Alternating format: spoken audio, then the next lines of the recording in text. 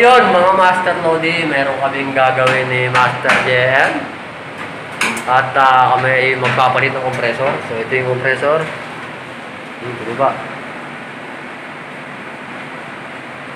So, ngayon, ang gagawin namin, babakasin muna namin to, syempre. Tapos, tatanggalin namin yung compressor.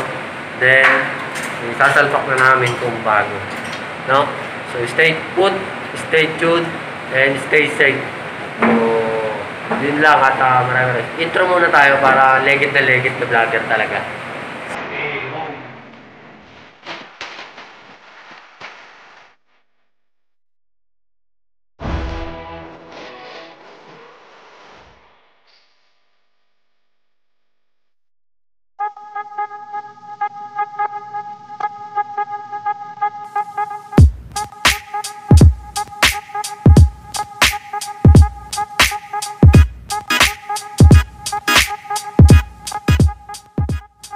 So, ito yung papalitan natin na compressor.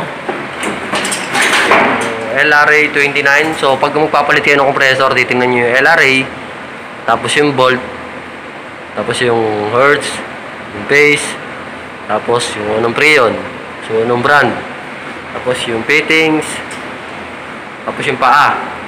Yun ang titignan nyo. Yun ang titignan nyo, yung mga yon. So, ngayon, pagka na-check nyo na, ay papalit namin. So yan yung papalit namin. Tapos napansin ko dito, ayan nakita nyo, parang may langis na babuksan mo to dyan. Parang may langis kasi to, ayan o, yung compressor. So parang tumulo siya papunta dito sa taas. Tingnan natin kung anong nangyari dito. So ito palang compressor na to, ito ay stock up. Tapos, checkin natin kung grounded na. Pero ito yung stock up na, hindi na talaga gumagana, hindi na nag-start. So, napalitan na rin namin to ng ano. So, ngayon, itong capacitor, check din natin kung okay pa. Kung okay pa yung capacitor, then parang lobo na yung puwitan. Then, double check na lang natin. So, ngayon, tatanggalin muna ni Master JM. Yun lang.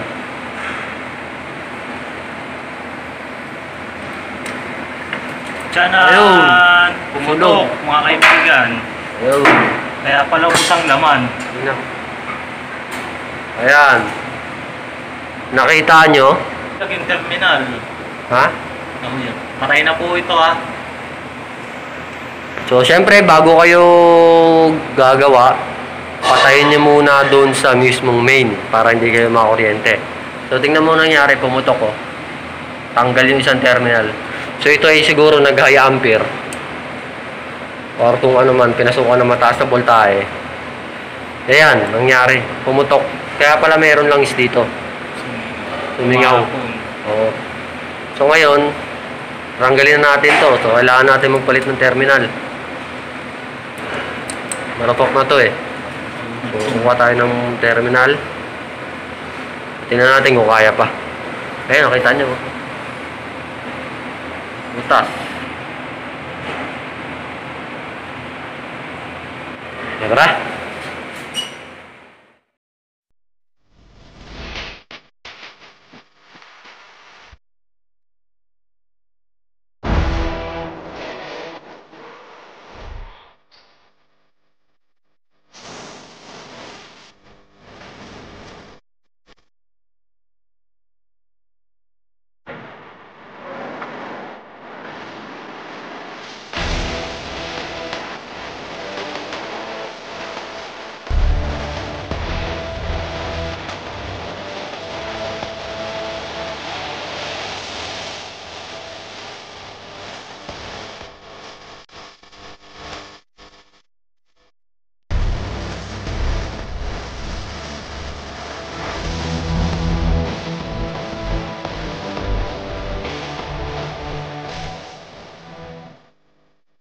So, ayan na. Napalitan na natin siya, pero syempre hinaangin pa natin to.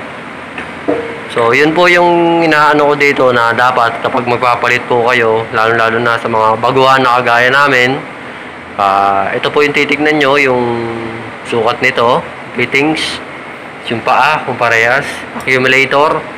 Kasi minsan pag mataba ang accumulator mo, tatama yan dito. So hindi siya compatible. Saka ito lalo yung discharge. So kailangan yan swak, no? Kasi merong compressor na nakabaliko yung discharge. Nakatapat ganun. So pag ganun hindi. Tapos yun lang tatandaan nyo, yung volts, yung hertz, LRA, refrigerant, tapos yun lang pinaka mainam dito. Kailangan pag magpapalit kayo, lagi nyo yung mga specs, lalo na yung LRA, yan, importante yan. So yun lang, at hinangin na namin to para ma-flashing na, para mapagana na ulit namin. So, saka ito, papalitan namin to. So papalitan namin to kasi tinan mo, nasunog na. Ayan yung terminal niya, tanggal, butas. So yun lang. Ito yung compressor niya, makikita nyo. Ayan, pinagpalitan, butas, diba? Sobrang na siguro to, matagal na tong sa sobrang dami kasi ng aircon dito, syempre hindi na namin matututukan dahil dadalawa lang kaming aircon technician. So ayan, so pag ganon, pag compressor, wag nyo nang pipilitin yon, lalo na pag hindi gumagana. Tapos wag nyo pipilitin kasi puputok talaga yan, mag-high amp yan, kaya tataas ang yan. So yun lang.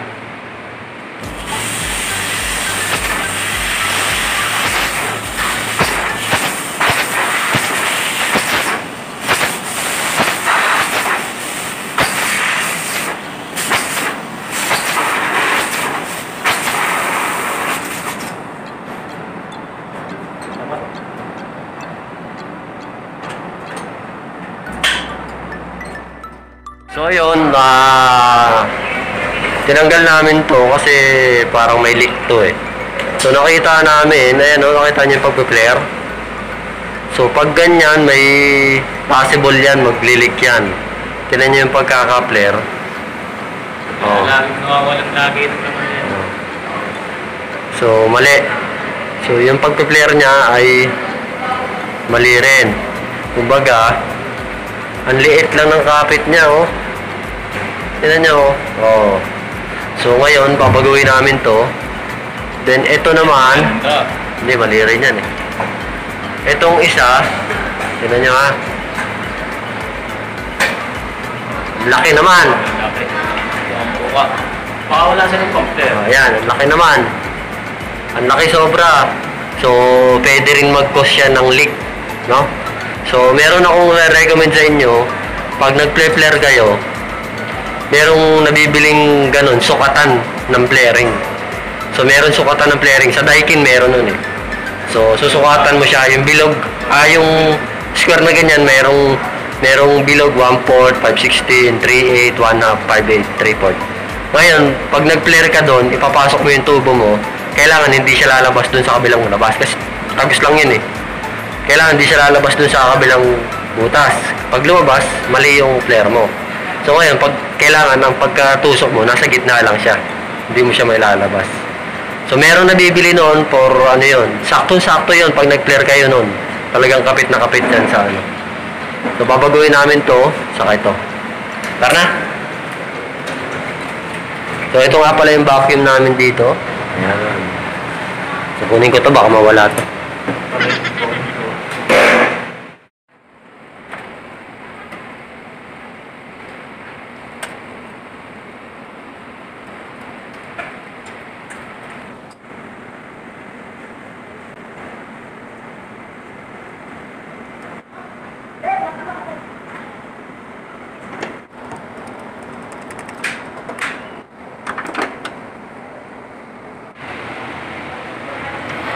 So ayan, nalagay na natin yung wiring niya. So ikakabit na lang natin to.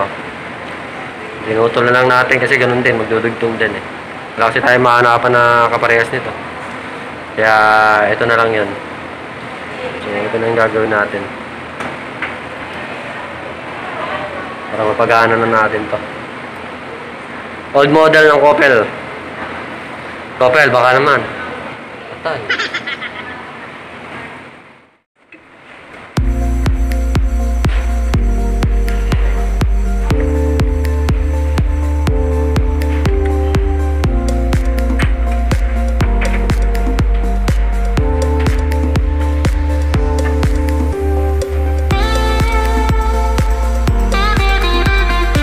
So yan, okay na siya. O ha? Okay na? Okay na yung ano natin, yung wiring natin. Okay na rin. So, pa-vacuum na lang natin. So let's go! So yan, vacuum na tayo. So ang magbabacuum tayo syempre dito sa discharge. Ay, sa discharge. Sorry. So sa suction, ayan, may kulay green. Then, itong low, pupunta to sa unit mo. Then, yung gitna, syempre, dito yung mga tangke, vacuum. Yan, pupunta sa vacuum. Dito yung vacuum namin. So, ngayon, buksan mo na. Tapos, buksan na natin siya.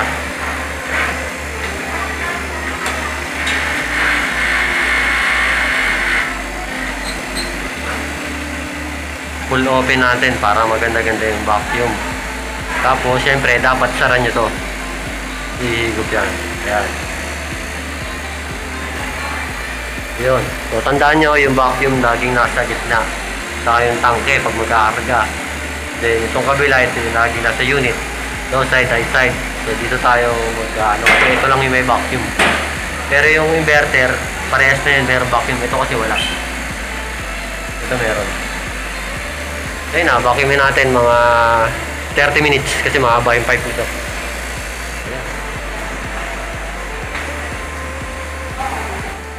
So yan, nabugaan na rin natin, binugaan na natin, nilinis na rin natin yan. Para paggana ng unit, okay na okay. So, binugaan na namin. Ayan. So, malinis na siya para pagkabuga, so wala na magiging problema. Alright.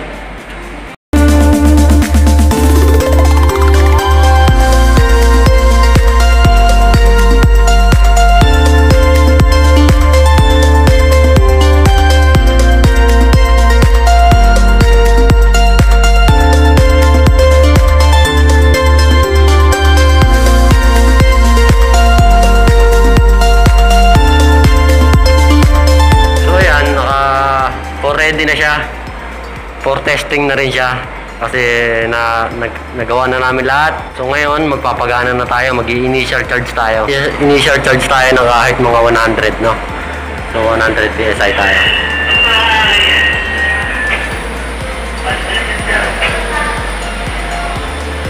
So vapor yun, ha? Ang kinarga ko, ha? Kasi sa ano tayo, suction tayo. Initial charge 100. Pero ang ano nito, ang standing pressure nito 140.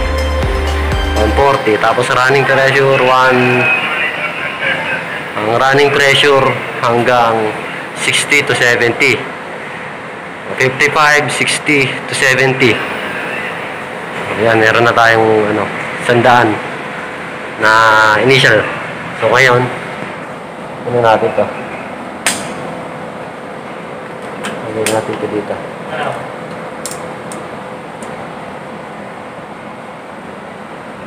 So, ready for, ano na siya? Pagganahin. Sige. Nga pala, bago nyo pagganahin, buksan nyo muna itong bulb. Dalawa. Buksan nyo yung bulb na dalawa bago nyo siya pagganahin. Ayan. So, para hindi kayo malito, nabubuksan to, buksan nyo yan. Then gagamitan nyo ng Allen wrench yan. Kailangan nakabukas yan bago kayo magpagana.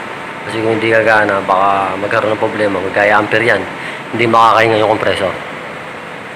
Bubuksan na ni Master JM. Sige, buksan mo na.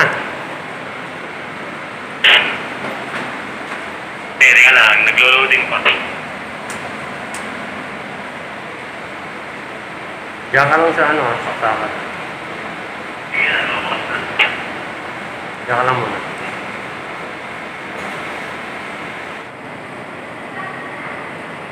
Buksan na ni Master JM. Antay-antay na lang natin. Meron tong relay. So 3 minutes ata to bago gumana. Malaman natin. So magpapagana na tayo. So tetestingin natin yung compressor natin.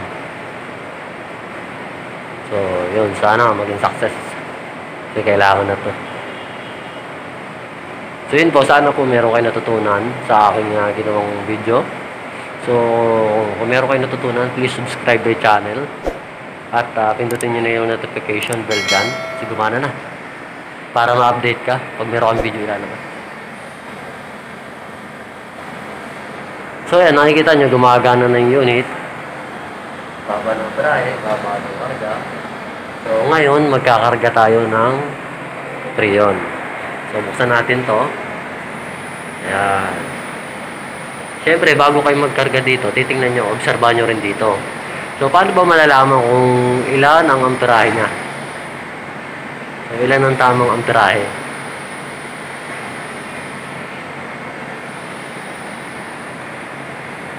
Ano natin muna yung bako. Kasi kulang ako sa height eh. Kulang tayo sa height. Para makita nyo eh.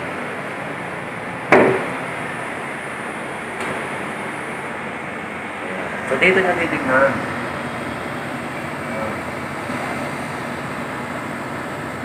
6 ampere yung max niya. Then kargahan natin. Wala pa tayo sa kalahati. Nag-ieda na siya. So, kailangan dito mamamawis yung, kumbaga magbubutil-butil yung suction para yun yung pinaka-best na malamig. No? So, tahimik naman yung compressor na kinabit natin. Tama naman. So, press na. Yan ang karga natin. So, wala pa tayo sa kalahati rin. So, tandaan nyo, doon kayo kukuha sa plate. Doon kayo magbabase kung ilan ang amperahe para makita nyo. So, doon kayo magbabase para makita nyo rin kung tama na yung kinakarga nyo at yung amperahe dito. So, monitor nyo naman yan.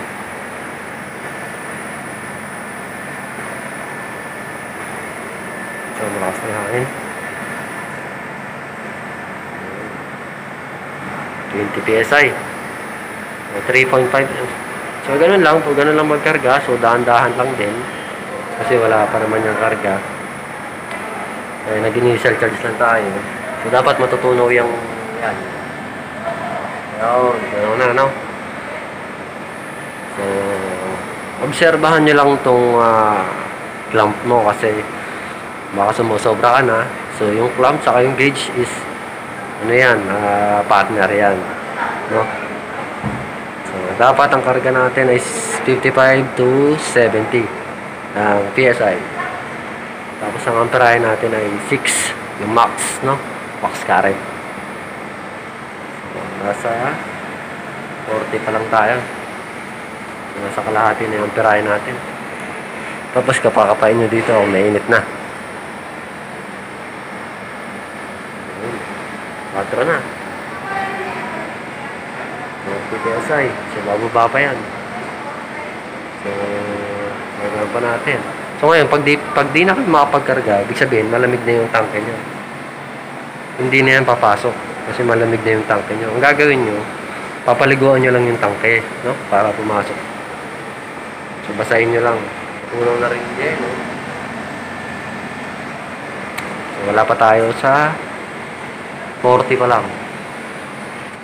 4 amps, 4.17. So, 5 ampere siya. Pag nag-max current siya, 6 ampere. So, konti na lang kulang natin. Konti na lang kulang natin. Yan, medyo mainit-init na yung buga. So, subaybayan nyo itong video na to. Meron akong i-upload yung installation namin ni Paring Romar na Daikin. So, I hope na meron kayong matututunan doon. Lalo na sa mga baguhan na kagaya namin na technician. So, sana po makatulong po ito sa inyo. So, ito yung binibenta ko na clamp. Pero meron ako nung kasi wala na stock nito. Ang kagandahan nito, meron capacitance. Ayan. So, meron kami, pwede kayong order sa akin ng ganito. So, iba lang yung kulay. So, red. Ito siya. Yan. Marami nang umorder niyan. So, huwag ka na magpahuli kasi maganda talaga yung clamp meter na to. So, sulit talaga to sa mga technician na kagaya natin. So, magagamit nyo talaga to sa mga sideline. So, yan yung pinapa-order ng Ross TV. Makakasama mo yan. Hindi ka papabayaan itong clamp na to. Okay na.